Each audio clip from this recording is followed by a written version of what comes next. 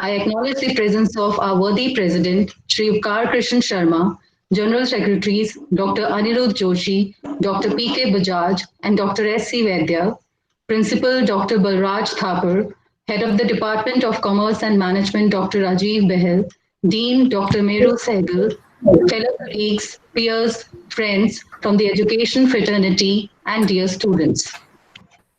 I request Principal Dr. Balraj Thapar to introduce the resource person of today's webinar, Mr. Avinash Kumar Singh. Good morning, ladies and gentlemen. Am I audible? Yes, sir. Esteemed President GGDSD Society, Shri Upkar Krishan Sharma, Honorable Key Speaker, Mr. Avinash Kumar Singh, respected General Secretaries Dr. Anirudh Joshi, Dr. S.C. Vaidya, Dr. P.K. Bajaj, revered Finance Secretary Mr. Jitendra Bhatia, respected faculty members and dear participants. On behalf of the management, the staff, and the students of GGDSD College Chandigarh, I extend you all a hearty and warm welcome. COVID-19 pandemic has disturbed and disrupted our lives to a great extent. We are passing through troublesome and turbulent times. The times are really out of joint. The world has come to a halt or to a standstill, but there cannot be any full stops to education. The journey is on and the end is elusive. The show must go on. Technology landscape has emerged out in the past few weeks with online meetings and conferences. Under the able guidance of our worthy President Shri Upkar Krishan Sharma, the staff members have taken various and numerous initiatives through online teaching endeavor. The PG Department of Commerce and Management of the college has organized a multidisciplinary webinar which will be addressed by Shri Avinash Kumar Singh on the topic Plastics, Invest or Divest, a Socio-Techno-Commercial Dilemma. Shri Avinash Kumar Singh is Business Unit Head, Head PPC, and Head Customer Service, Max Specialty Films Limited. He is alumnus of IIT Kharagpur and IIM Ahmedabad. His previous portfolios highlight his prowess in consultancy and directorship. He is an angel investor of Spine and Simber Biofat. He is also a contributor to MHRD initiative of Teach the Teachers through Swayam portal. The recent ban on some products in Maharashtra has dampened the sentiments towards plastic companies. The segment's growth potential makes it a lucrative bet. The demand of the plastics has increased due to the COVID-19 also. Will such bans have lasting impact on 1.8 lakh crore Indian plastic industry? Should investors avoid this segment? Anti-plastics measures make life difficult to be or not to be. The dilemma of Shakespearean Hamlet is there in the plastics also. To invest or divest will be discussed and deliberated upon by Shri Avinash Kumar Singh in the multidisciplinary webinar. Thank you. Thanks a lot. Thank you, Principal Sir. I would now humbly request Honorable President Sir Shri Upkar Krishan Sharma to address the participants. Sir.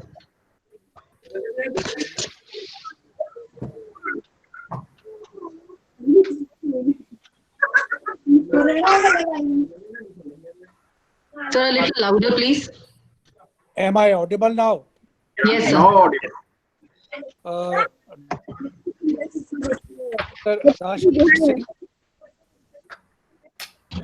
Dignitaries from the management side, principal,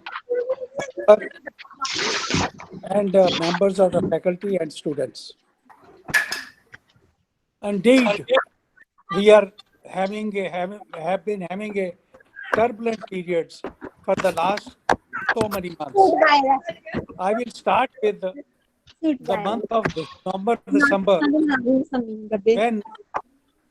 the level was so high in Delhi that Delhi was one of the worst city of the world in pollution.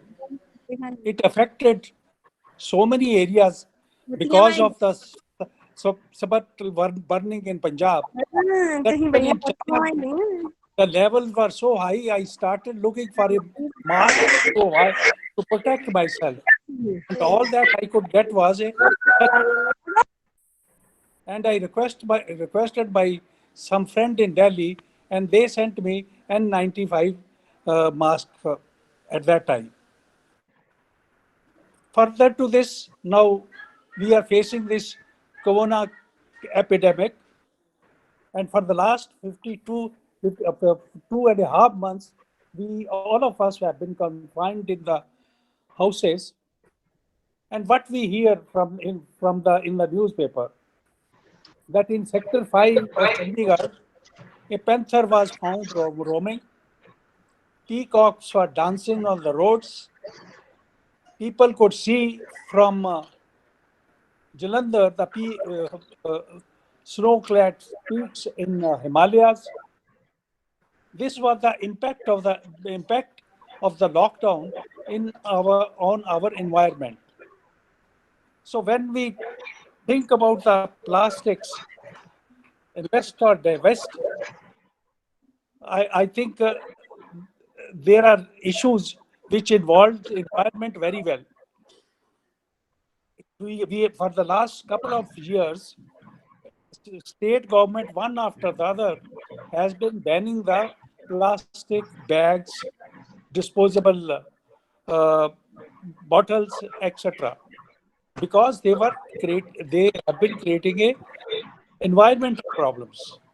But at the same time, you look at, there was a news item other day that ISRO is developing a type of new plastic material which will be used in the fighter planes, frames, etc. So this is a great dilemma. It's a very good topic to which the organizer have thought about, plastic, invest or divest. It's a socio-commercial dilemma. I think the lecture or the deliberation which will be held will go a long way to address to these issues of environment, at the same time enhancement of technology using this wonderful material plastic in the future. I wish you all the best for a good seminar. Stay healthy, stay safe. Thank you. Thank you very much, sir. Dear participants, we would love to hear from you too. So if you have any questions, just type them in the chat box. Our student coordinator, Eva, will keep a note of all the questions and she will present it to the speaker for answering at the end of his presentation. I would also remind you that the link for filling the feedback form will be active towards the end of question answer session. It will appear in the chat box. I request all of you to fill it immediately in order to enable us to issue you e-certificate. Please note, no separate mail will be sent for filling the feedback form. We are honored to have you amongst us, Mr. Avinash. The participants of the webinar are students and faculty from multidisciplinary backgrounds who are keen to listen to your discourse today. I request you to please start. Thank you so much, Monica. I'm assuming I'm audible. I just want to do a sense check once. Yes. Thank you. So first, I would like to acknowledge Shri Upgradation Sharma ji, the president, who has kind of guided the whole team to start this. I was a student also once, and I feel the gap between academia and industry, that is a gap which is very high in India. And when I was a student, I always felt that just not interacting with the industry or seeing their perspective actually undermines the 360-degree knowledge development with which a mindset the student should look at. So in that way, I really want to appreciate the whole team, including Dr. Balraj Thakur, the principal, who has set the context very, very beautifully about the dilemma we are facing. Even I haven't put it in that way well. Dr. Rajiv Behel, Dr. Meru Sehgal, and obviously Dr. Monica Sachdeva. So for setting this up, thanks for giving me this opportunity. From an industry personnel, I can say it's very, very important for us that people understand at the core, because that solves a lot many problems for us. So with that in the mind, I will go ahead and start giving this. Generally, it's a very interactive session. This is the first webinar for me. I like to look at my audience, understand. But anyways, we evolve as Upkar and Krishna ji was saying that with this COVID, all of us are evolving. So this is also a new way of evolution.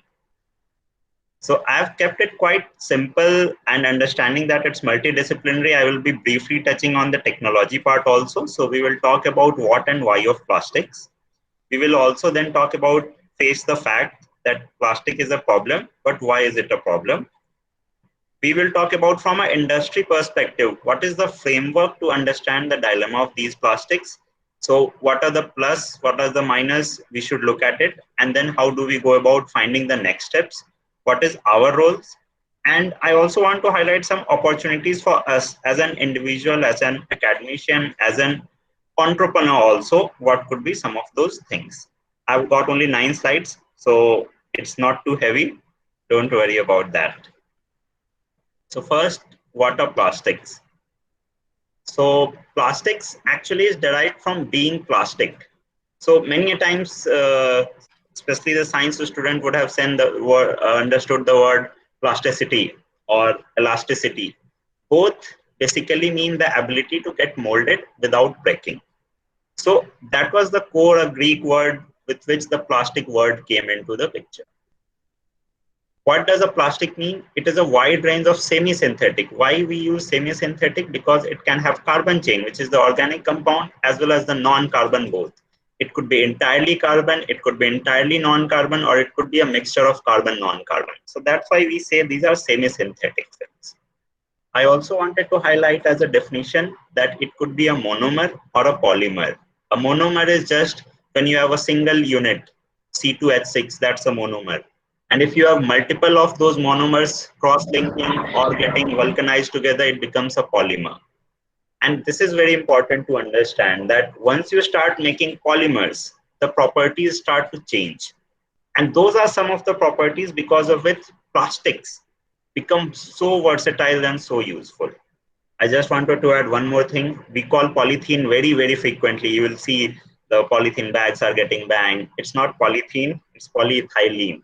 So ethylene is a C2 chain and it's a polyethylene which is used. But as a slang, as a general jargon, we start using polythene. And that gets a very bad name. Whereas from an industry perspective, I can say polythene is in fact one of the best easily recyclable material. So when we talk about plastics, we should understand there are these 7 kind of plastic category. We'll talk more about in detail, but I'll just simply walk you through these 7 types quickly.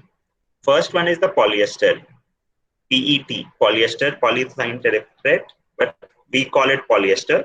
Second is HDPE, which is high density polyethylene. Third is polyvinyl chloride, PVC, PVC pipes, and many things you would have heard. Fourth is LDPE, low density polyethylene. The polyethylene bag which we use, the carry bags and all, they are these LDPE. Fifth is polypropylene, PP, and it's also a propylene chain which is polymerized. And this goes into your biscuit packing, chips packing, all those are made from the PP bags. The sixth one is polystyrene. This goes into your automotive, the polystyrene seats, various other places where you see the structural higher stiffness plastics. And the last one is others, where nylon and several other kind of polymers also come into picture. I just wanted to give you a brief. I'm not going into too much depth of this, but I will like to bring why I have highlighted this slightly later ahead. Just a brief about plastic. So plastic has been actually in use since 1500s or even way before. Earlier, the egg cells and those organic material which were consumed in a different form for storage, they were also plastic, but formally it was invented in 1856 as a product called Parkesine. It is the first man-made plastic. Just wanted to highlight this, that plastic is not something new. By the definition, it has been there for like now 1,000+ years. Some of the key companies who are leading the technology development in this are BASF, Dow, DuPont. These are fairly known names. And there are various other companies, say BIC, Reliance, which are into the various value chains. But the technology part is driven by mostly these three companies in the worldwide. And since 1800s, they have been there. Now coming to one of the key factors about plastics, which starts making it a problem. It generally takes 1,000 years to degrade. If you keep a plastic, actually it may take even more than 1,000. Some plastics degrade in 400 years, but not less. If you keep it idle, it takes 1,000 years to degrade. So it is a problem for sure. But however, it has strong recyclability. No other material comes in terms of recyclability as plastic, because by nature it is a product which can get molded without breaking. So you can reheat it, you can re-extrude it, and you can recreate it, and it still maintains its mechanical properties. So that benefit, so if you take any other product, you heat it, it loses its property, and once you want to remake it from that, it does not regain the original property. Plastics does do that. The challenge is it's only 7% recycled in the worldwide right now. We'll talk more about that in the coming sections. Now coming back to the chart, if you can see this chart, the 7 plastics, I have just mapped what is the level of recyclability. Even plastics, there are different level of recyclability effort. So HDP, LDP, and PP, these are very easy to recycle. Very, very easy to recycle. However, despite being very easy to recycle, PP only gets recycled 5%. HDP gets only recycled 12%. LDP is slightly higher, 30%, because of the industrial consumption part. Polyester, which is moderately difficult, but it has got good recyclability. And this is started by the initiatives taken by the bottle manufacturers who have started. I'm not saying it's a good thing to do, it's a good plastic, but at least the recyclability part has increased a lot. So they have ramped it up to 25%. PVC, polyvinyl chloride, PVC pipes, and all these are very, very difficult to recycle, and hence you will find only 1%. Other polymers, they are also very difficult, 1%. Polystyrene is also difficult, but moderately, but 10%. So broadly, we have to understand it's a very gray area. It's not like all plastics are bad. Plastics, if not catered effectively, it is certainly bad. 1,000 years to degrade, certainly bad. But we have to understand which is easier to recycle and how do we make it recycle. Some more data points I wanted to highlight to you guys so that we get the perspective. So worldwide, the economy of the world is $80 trillion world GDP. So this is a 2018 figure. If we take $80 trillion world GDP, the plastic resin is $1.2 trillion out of that. So plastic being very low weight, but please understand, whatever we consume or produce, almost 1.5% of that goes into plastics. So it's not something which is very less. It's something which you are, irrespective of what you are doing, you are consuming 1.5% in this. I also wanted to bring a breakup of which are the sectors which are mostly consuming it. So in developed economies, what you will see, packaging is highest in both. In developed economies, it's 35%. In developing, it is 45%. In developed economies, building material is also quite high, 25%. This is more because developed economies have more DIY, do-it-yourself kind of feature. So they have attributed a lot more plastics into their building materials also. I think developing economies will also start gradually going into that route. Automotive is one of the third sector which is very, very highly used, and this automotive includes not just the cars and everything, it includes whole auto industry, including the space, rockets, everything. So that are the areas where other aspects are also coming up. So these are the three broadly. Others like electronics, everything, those also consume plastics, but 20% or so. So question is, why plastics became so important? And I do know, and there are some senior colleagues here who are here, and you would remember a time when the whole focus was on paper. How do we ensure that we lower the paper consumption? There was so much extensive use of paper. There was so much pulp being used there, so many trees getting shut down, and it was all stop paper, stop paper, stop paper. Stopping paper is very good. One of the substitutes of that is plastics. Now, once the plastics have become a problem, we are now saying, oh, stop plastics and let's go back to using wood for so many things, wooden spoons, wooden this thing. And again, we will go into the same cycle. After some time, that would become a problem. So why wanted to highlight this, that look, when we just see in a small time frame, we lose the overall perspective with which we should be looking at the problem. If you only look at 5-year, 10-year problem, you will say, oh, this makes sense. So that made sense when we stopped paper, moved into plastics, but we did not see the whole 100-year cycle. Same way, if we ban plastics right now without understanding the whole thing, we will be falling into some other problem which we are not yet aware of. I will talk briefly about what are those problems could be. So, but we should understand, what does plastic bring to the table that it became a revolution worldwide? So plastics became useful because of these 5 key things. Guys, you can see the full screen, right? The 5th point is also visible to you.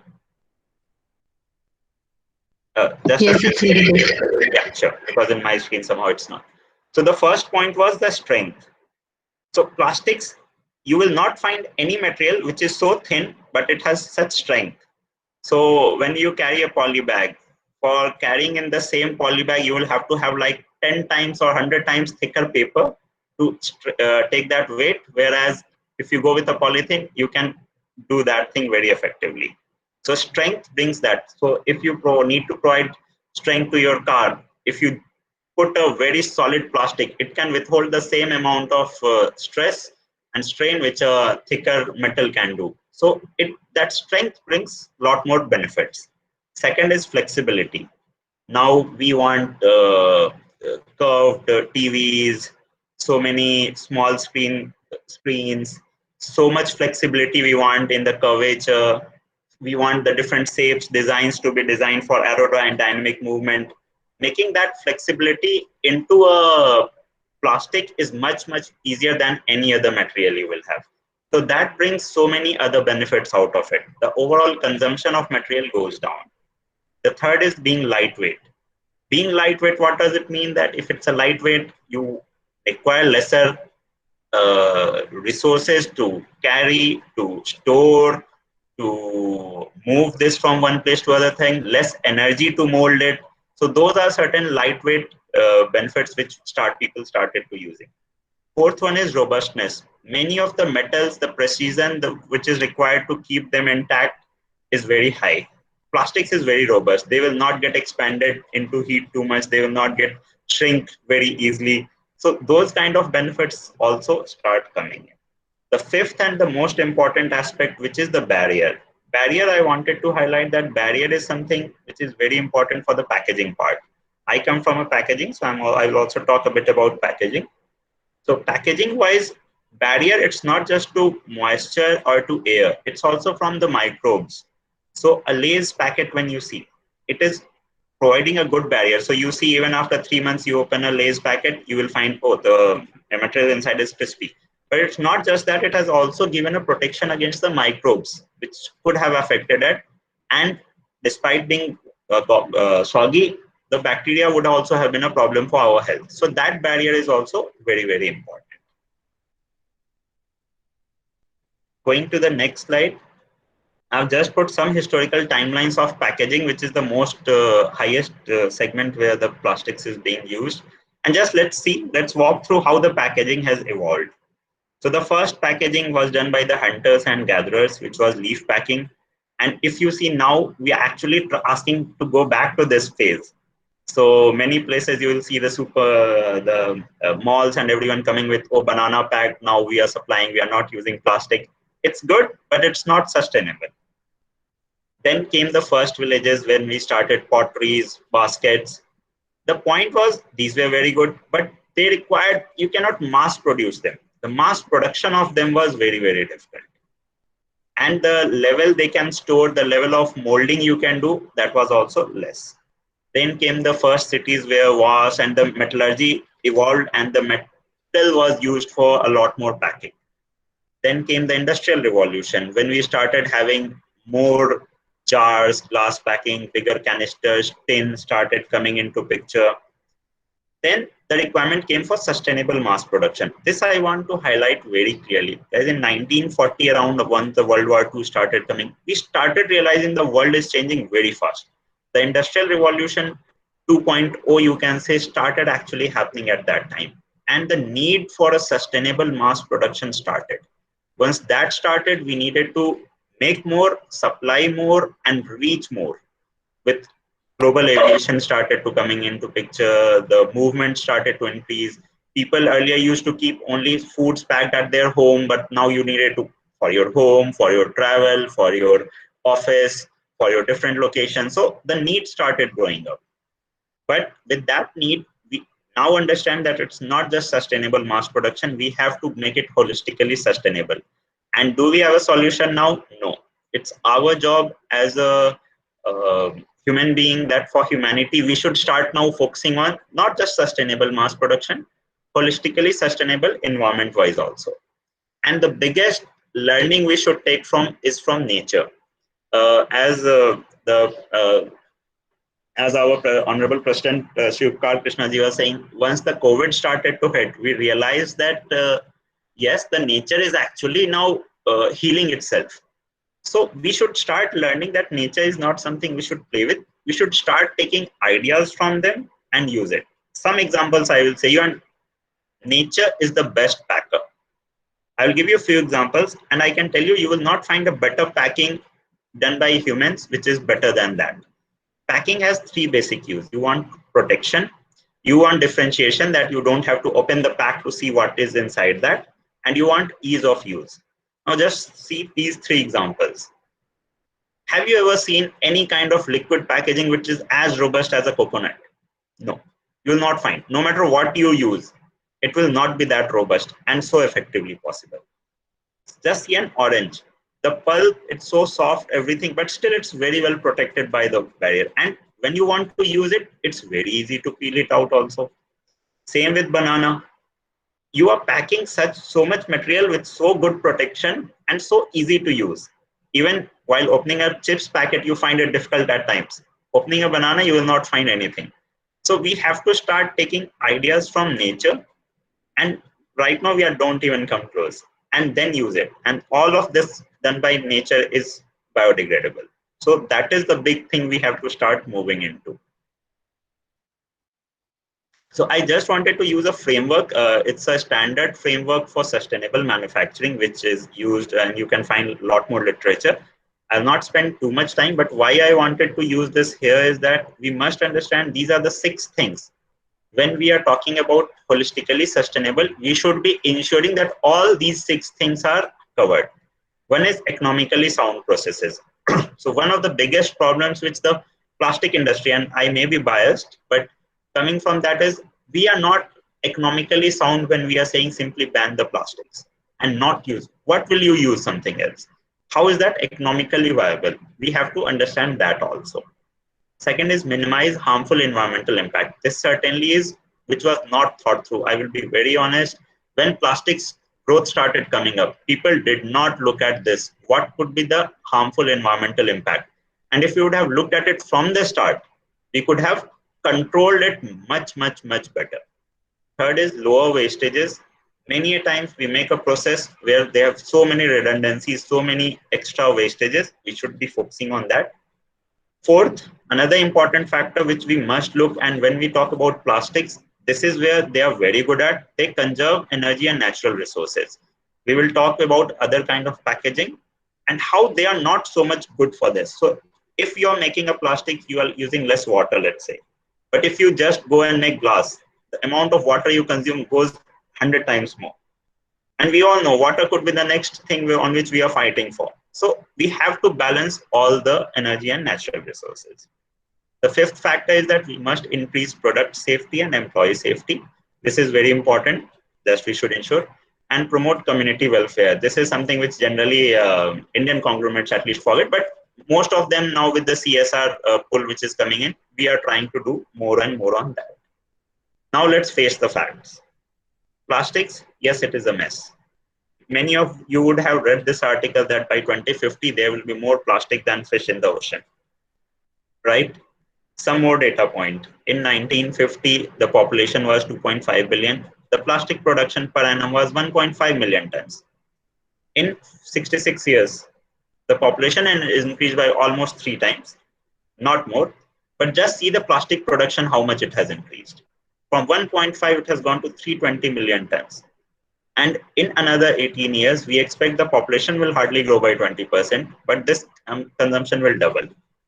Now, the question is this 640 million tons going to be freshly produced, or are we going to use some of this to make this? Because not using this may not be the right way. However, what does plastic mostly impact, which we are ignoring right now also? Microplastics, even if we throw it out, even if it degrades, even if you break it, microplastics are much more dangerous because you cannot identify them, hence you cannot recycle them, hence they stay forever for 1,000 years. They go into your water bodies and soil, and hence gradually enter our bodies. And that is very, very bad. Overall, ecosystem can only take so much pressure. But a good example I like to highlight, one of the lectures, I think Pepsi CEO or someone was giving, they said, look, guys, do you think we are so smart that we have made plastics which after consumption walk themselves to sea and drown themselves? It's not, right? We all know that plastics cannot move by themselves from our homes to sea. So there is something in the chain which is actually allowing it to go there. And that we should not run away from the ownership, the responsibility that yes, it is us who, because of our short-term gains, short-term convenience, that it's not my problem, it's someone else's problem. We are just passing the buck. We are not owning the responsibility for making the whole chain sustainable. Okay. With that in mind, I've just listed down the life cycle of plastics. And let's talk about, I've kept it simple, not going into too much detailing. I've put 5 stages: plastic production, going into plastic consumption and disposal, going into plastic collection, the recycling, then segregation, and then recycling. And recycling can be used into plastic production again. I've just put these arrows bold and dotted as per the effectiveness of them.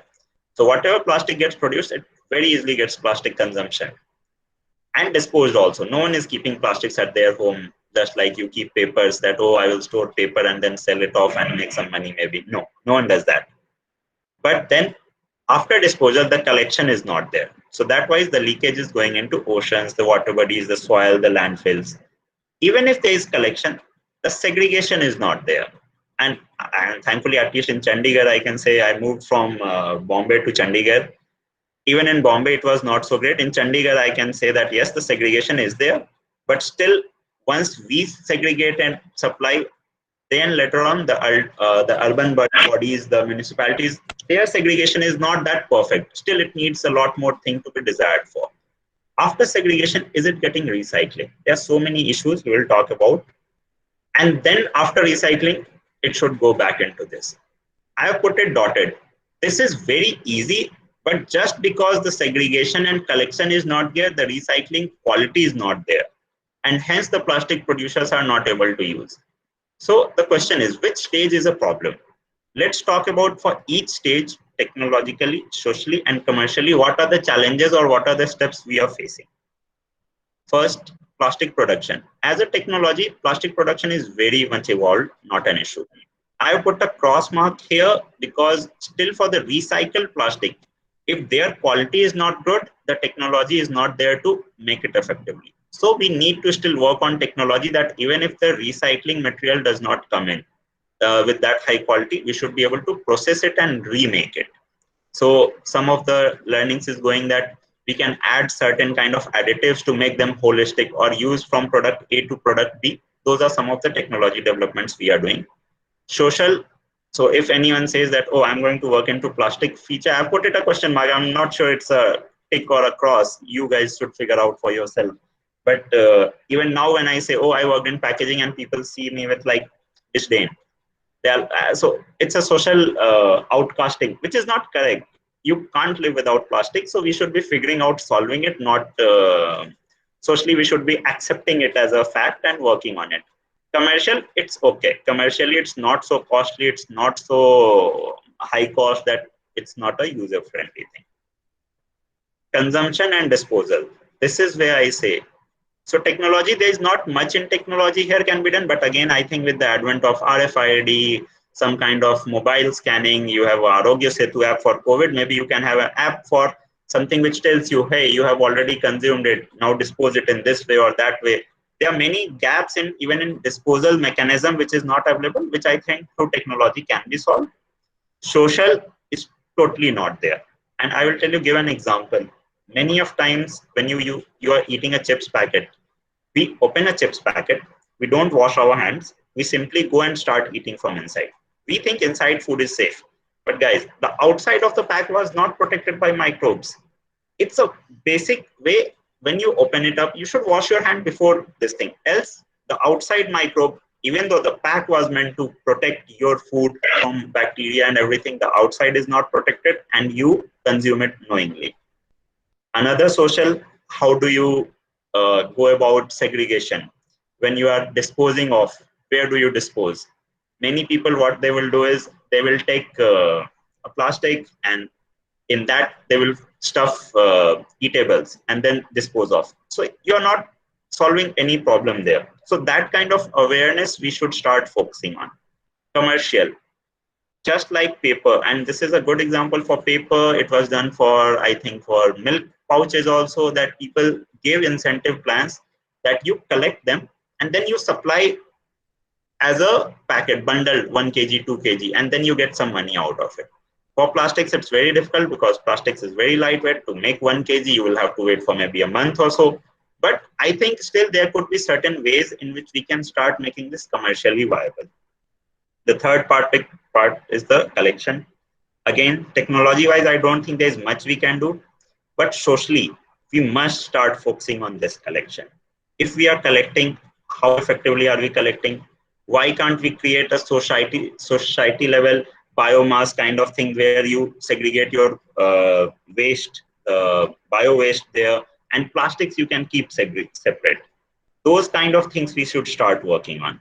Commercial aspect, we are paying our rag pickers very less. If we can start understanding what it takes for the rag pickers to start collecting it effectively and then putting it back into the recycling chain, the 7% can easily go up to 85%.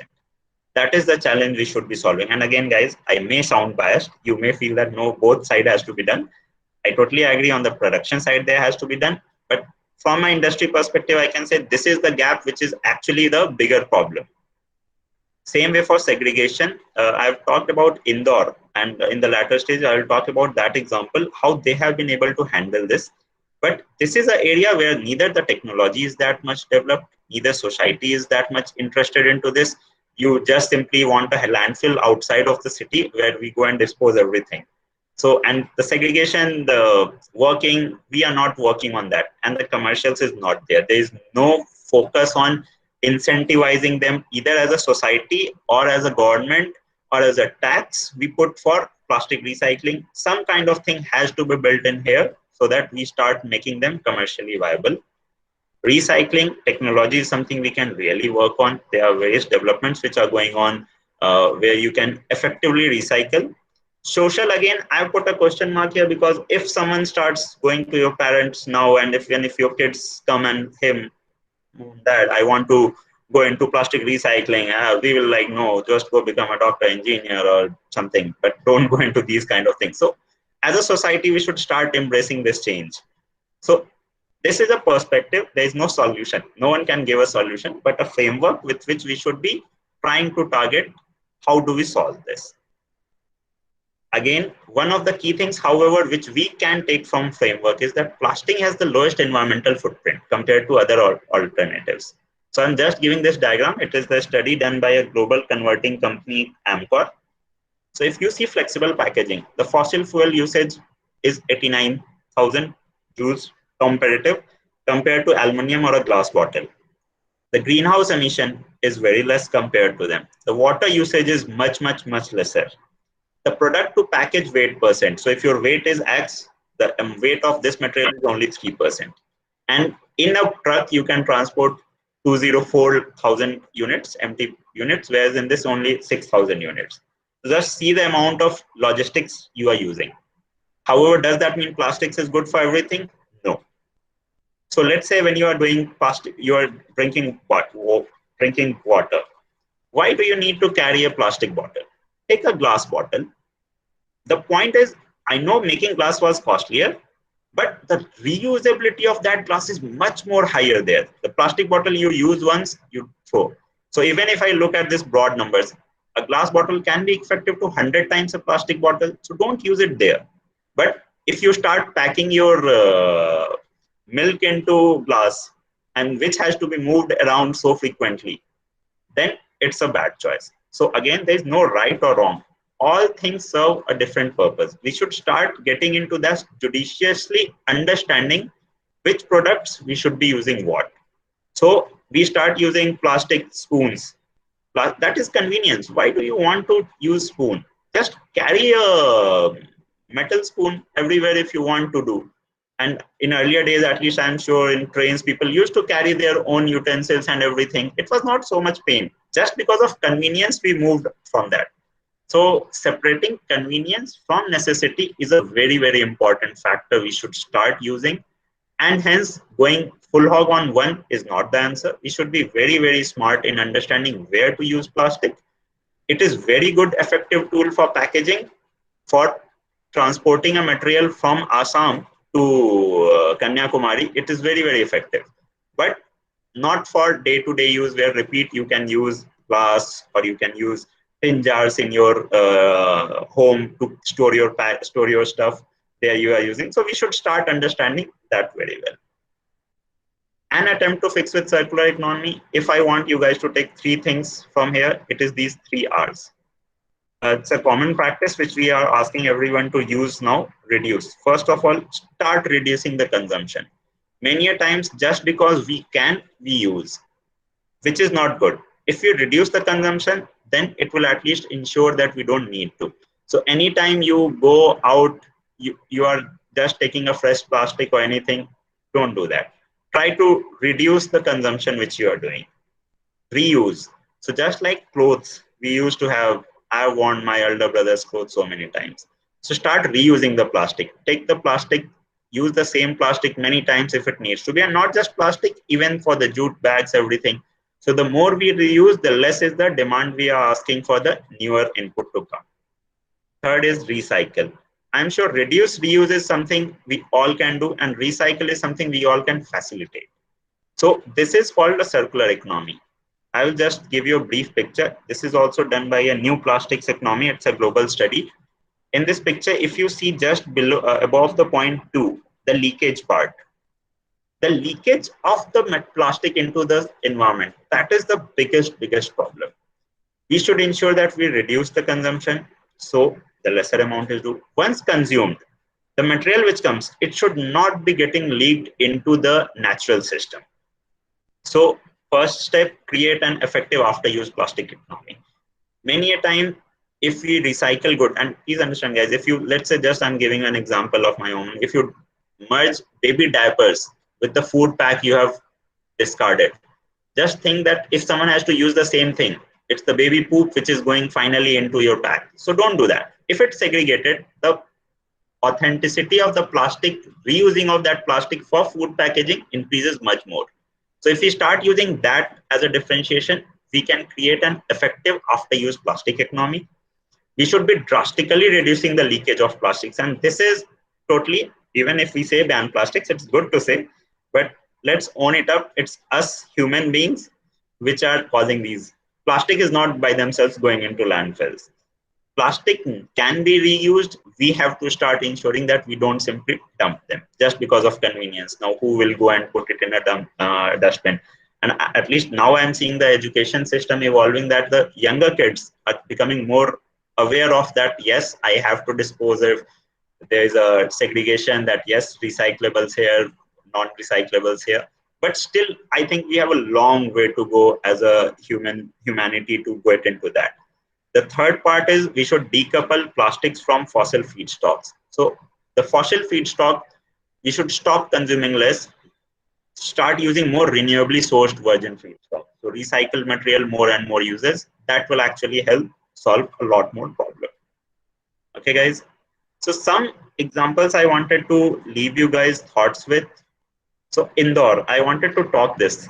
We know that Indore suddenly, maybe I think 10 years back or 9 years back, they as a society, I think, and Chandigarh is also very good in this, but not many other cities. They became the cleanest city, and they have been there for I think last 2-3 years consistently. How? It was a socio-technical approach. Commercial maybe, may not be.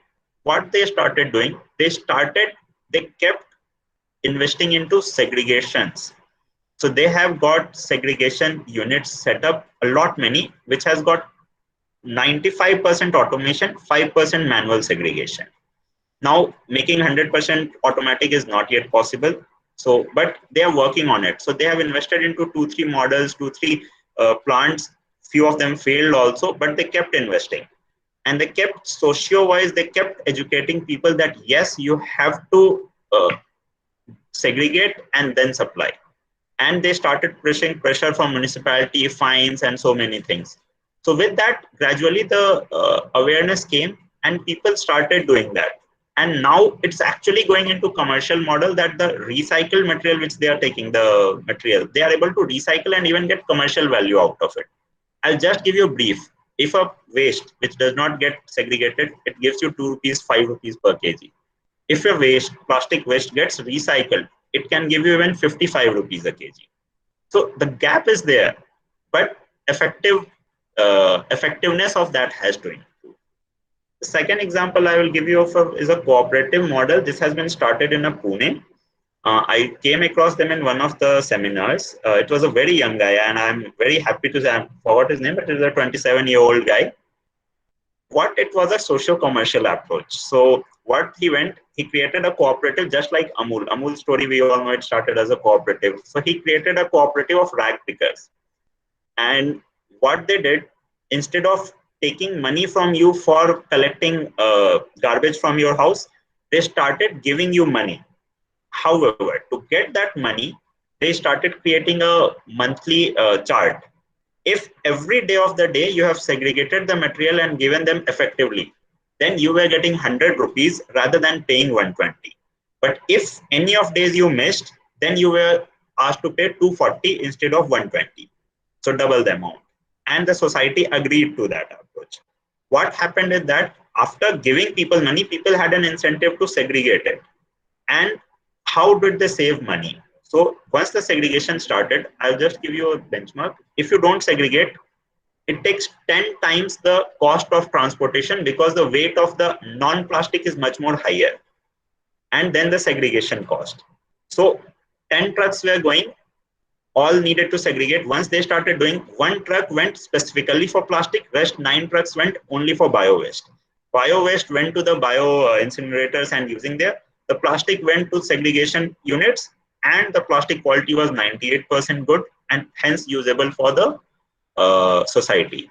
So, but getting that cooperative was very difficult. So getting those rag pickers, educating them, asking them to enforce, ensuring that they have the support from the municipality that yes, if someone does this, then they pay them money, else don't. So those kind of things, but it worked. And in Pune, in a small society, they got some 120 rag pickers who are making good money out of this, and the people are making money out of this, and we are all win-win approach. But doing it in a mass scale is something which we should start focusing on. How do we do it? So the question to all of you guys here is, shouldn't we all be exploring opportunities here? Not all startups need to be laptop based. It's very easy, very fancy. Yes, sit in your home, make your startup and then do it. But young generation, specifically to young generation, let's get our hands dirty to make the world cleaner. With that thought, I leave this. I've just given a brief and I will be open to question and answer.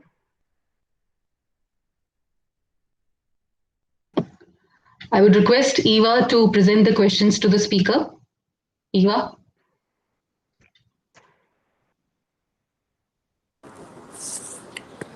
Hello, good morning, sir.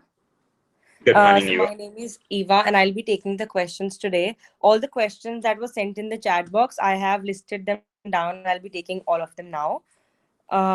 So initially, I'll start with there was someone who asked to what extent bioplastics can be helpful in India for packaging purposes, as we need alternatives for the synthetic plastics to reduce their usage.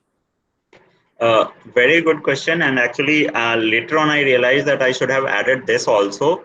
So the problem with bioplastics or any kind of plastics is it can only get biodegraded or oxo biodegradable. These are the two things which can happen in a certain environment.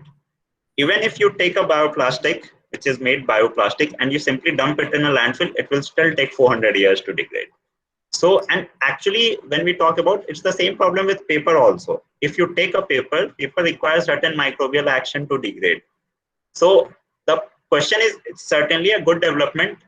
Many places which are coming, which are non-commercially viable, but gradually it will become commercially viable. We are very hopeful of that. But still, it would not solve the problem as long as you don't start the putting it into the recycling value chain effectively. So that part is very, very important to be done. All right. So similar to this question, there was another question: is biodegradable plastic a reality or a myth? Like, is this not a fast contribution towards microplastic?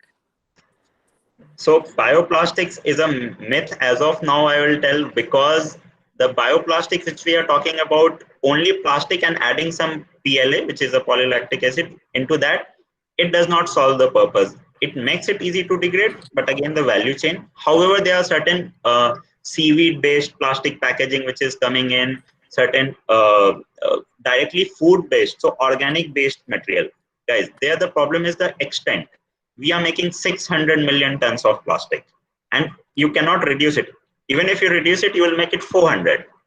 If for 400 million tons you start using all the seaweed, all the food, all everything, the balance will not be there. And as told earlier, we will be ending up with a new problem after 10 years that, oh my God, now what we do with this? So we have to balance it out. I really feel strongly, maybe slightly biased, recyclability is the way forward. We should start paying premium for recyclable films. We should start encouraging society as well as government incentives. And I think government is doing a lot more things. They have set up 100 crore technology fund for doing these things. So anyone who wants to do a entrepreneurship, anything related to this, they will get support. So if those start coming in, that could be a solution. Since you mentioned something about the government support for setting up industries, I had a question regarding that. So, with the current scenario in mind, where industrialization is becoming much more important and entrepreneurship is key because the availability of jobs isn't easy, right? And there are a lot of government schemes going on, especially in states like Himachal Pradesh and whatnot, where governments are offering incentives for industrial setup.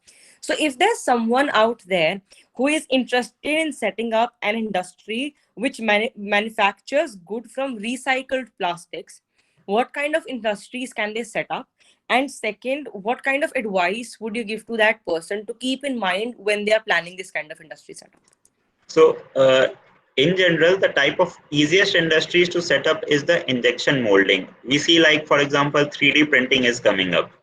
For Okay. 3D printing, you can easily take one of the biggest challenges of that is obviously the printer, but the other cost is the raw material which you are sourcing. That becomes high. And if you can start moving into that direction, and it's not so easy, I will tell you, you will have to actually understand the science behind it to be very sure which material to take, even from the urban local bodies, ULBs, which we call. But those are the areas into injection molding where we should start. From injection molding, you can make like gifts, you can make toys, you can make balti, the mugs, and those things, utensils. So those are easy, but they are not so fancy. You will find it difficult. But for a new entrepreneur going into 3D printing, going into making toy manufacturing. In India, I don't see any toy manufacturer in India, at least, which is a very famous toy manufacturer based out of India. Let's start using those areas to get into those businesses first. All right. Another question that someone had was, how do companies ensure employee safety when they're working with plastics? So standalone, I will tell you, as we talked about, there are 3-4 plastics which are very safe. So they don't have any additives where there's a risk of smelling it or any wastage which is coming in. And the good part is the food packaging, there is a compliance called BRC compliance, which is so strict, without which you cannot supply to food industry. So food and pharma, they both have very good framework of compliance. So with that framework, at least the employee safety is maintained. However, this is done only by the organized people. There are certain unorganized companies which are there, not following those practices, but more and more with the brand becoming more prominent. So HUL and PNG, they will not buy from the unregistered companies. So I think the value chain is growing good. They are bigger companies, so they invest a lot into employee safety. There are certain products like polystyrene, PVC. Those are actually, you can say, bad plastics. Bad plastics because the material which is going into that, those, if ingested, can cause very effectively problem, and even the smell of those additives. So in that, they have enough precautions. I really think it's driven by government, which does audit checks and everything. But again, it's slightly less regulated in India. In developed countries, it's much more better. All right. So related to regulation, someone asked why trans-esterification process is not used to extract the pure form of fuel from plastic waste. Can you repeat the question, Eva, once? It says why trans-esterification process is not used to extract the pure form of fuel from plastic. Pure form of fuel from plastics. Yeah. So again, very good questions. I would like to highlight, it all depends on the quality of plastic. All right. So there are 3 ways a plastic gets into the final consumption. End of life, that is, it has no use and it goes into landfill, which is very, very bad. The second is either you recycle and use it into some other application. The third, which you are talking about right now, is using it for fuel. Now for fuel, if the quality is not good, so like in cement kiln or other places we use, it actually damages the equipment. So no one is ready to take that risk. And it boils down to the question, if you can give a good quality material, segregated good quality material, it can effectively be used for both fuel purpose through the trans-esterification process, and there are other processes which are also coming up, as well as you can use it for the final product also. All right. So someone's asked, what is the status of utilization of plastic for small packages of chips, etc.? For example, like you get those 5 rupees packets, right? And why does the government take any steps to discourage the sale of these materials in smaller packages if it's so harmful? So good point. It's a very, very difficult dilemma. So if you don't provide small packet, how do you reach out to a village population which cannot afford your 50 rupees shampoo packs or 200 rupees shampoo packs? So you need to start giving them small shampoo sachets. But the other side of this is, if you provide a small shampoo sachet, the difficulty to collect it and segregate becomes very high. Government has actually started. So there was a plastic waste management rule which came in 2016. It was made in 2018. I think the current government wanted to implement it also, but because of certain pressures, they could not. Where they are saying that the minimum weight, the 50 micron is the minimum thickness which you can make of these. What they are actually ensuring that they are ensuring make the pack size smaller, but have it enough weight that the rag pickers can still collect it. It does not floats away in the air. And there's a commercial angle to this. Government may try to influence it, but there are so many lobbyists, so many other things which has to come into play. But we should start thinking about this, because the cost of that packet out of that 5 rupees is not even 1%. So even if you increase it by 1%, the cost is not that high. But it should be the us users who should be ready to pay. That a Maggie pack which comes at 10 rupees, will we start buying it at 11? Maybe yes, we all will. But someone has to pay the money for that. All right. So the next question is, what are the key determinants of the implementation of sustainable pro-ecological development according to the concept of green economy? Sorry, according to the concept of? Green economy. Green economy. So can you repeat the first part also of the question, Eva? All right. So it says, what are the key determinants of the implementation of sustainable pro-ecological development according to the concept of green economy? Okay. So green economy means that the energy resources which is consumed should be less. And Yes. I can tell you that many of the companies start. So there is a global body which is trying to do a life cycle cost analysis. So it's not just the production, it's production and then the consumption and then the disposal. What is the overall cost of the economic resources deployed into that? One of the starts, as you saw, I was giving about the transportation, it covers maybe 60% of that. So if a company starts doing that kind of a metric and start working on that, yes, but it has to be driven by the companies, by us. No one is going to be able to pinpoint. There would be too many arguments plus to minus. And that is the sad part. So many places we ban plastic, but we okay the paper manufacturing. And I'll just give you an example. A ink which is printed on paper, it is much more easier to transfer to food product than an ink which is printed on a plastic. So just next time when you are taking a newspaper and packing food stuff in that, and especially food has moisture, be very aware that most likely that ink may get transferred in microform, which we will not even realize, and hence it's not something good we should be doing it. So it's not so easy. A framework which I told, the holistically sustainable framework, those 6 levers, if someone follows, that will actually lead into a green economy. But it has to be driven by the corporates, by the board, by the stakeholders. All right. Lastly, I'll take just one question. So we've discussed like the best way to dispose of plastic is to actually recycle them to other uses and what we can do. But what about plastics that have been exposed to environments, such as, for example, let's say talk about PPE kits. How do you dispose plastics like that? So disposal of plastic, there's so much information available, and actually it's not, there is no correct way that yes, it has to be disposed in this way. That is a problem. Plastic which has already been exposed, end of life, which is going into fuel, is one of the option. Now what government is doing, and I'll give you this, that right now we are only using almost 10% of the recycling capacity which we have. The point is someone needs to pay for that cost. So if you take that material, even if exposed, it can be used. You may have to just simply do more processing onto it. But who should be bearing that cost? Government can bear, then government will like to put a tax on us. And if that tax comes onto us, then we will start shouting, no, this government is bad, change the government or something. So that we have to, as a society, and that's what I'm saying, there's no correct, right or wrong. This is just a developmental journey.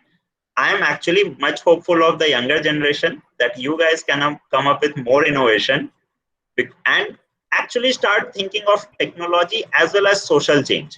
Look, you guys are going to be the next generation, next pillars, next the baby boomers.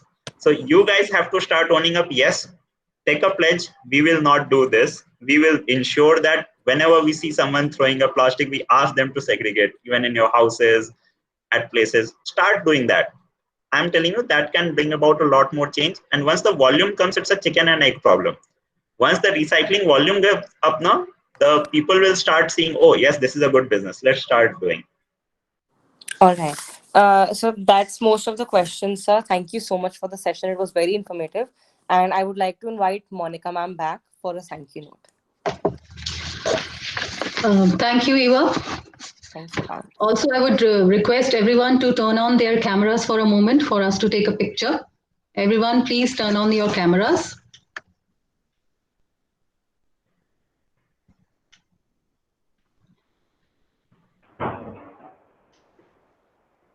Thank you. Let me first of all start by giving glory to Almighty God for making today's webinar a resounding success. On behalf of President and members of the management, Principal and faculty of PG Department of Commerce and Management, GGDSD College, I extend a very hearty vote of thanks to distinguished Mr. Avinash Kumar Singh for gracing us with your important work and sharing your valuable inputs with the participants. Sir, you explained the concept of plastics in such a way that it has given us a reformed insight and a new perspective so as to how to treat, use, and handle them. I'm sure that all of us are going to facilitate recycling of plastics. We are grateful to you for sparing your valuable time. I would also like to thank Mr. Varinder Kumar and Mr. Keshu Prasad, who worked tirelessly behind the screen for the smooth organizing and conduct of this webinar.